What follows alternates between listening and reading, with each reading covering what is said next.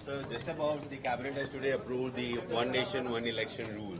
So there has been a lot of criticism. I would like to have a comment on this. No, I won't like to comment on that because you are asking me from political angle. But if you look at it from other angle, then I think they must have passed the rule, but they must have gone for discussion. So maybe in their wisdom they have thought that it will be, you won't have this continuous process of election, one part of the country, other part of country. That may be the decision, but I have no knowledge of it. Sir, CM said behind this is a RSS secret agenda.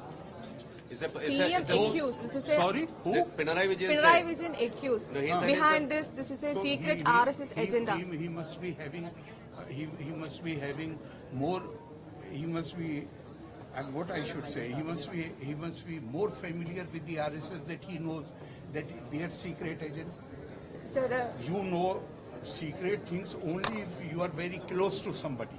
So he must be very close to RSS to know their secret agenda. But he So what can I say? Sir, the Kerala Congress leaders also said this is the end of federalism. It's okay. It's okay. They have every right. They will give their opinion, and I am sure that their opinion will also be taken into consideration. Sir, one more question. Remark from a CPIM leader who is saying that Islamic politics is leading the youths of the Kerala into IS and for terrorist outfits.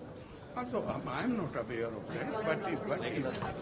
But who has said it? A CPIM leader, P. Jayarajan, he has commented that Islamic politics in the state is leading the youths of Kerala into terror outfits. Then we must look into this thing because he is a senior. He was same person who was convener of the LDF. No.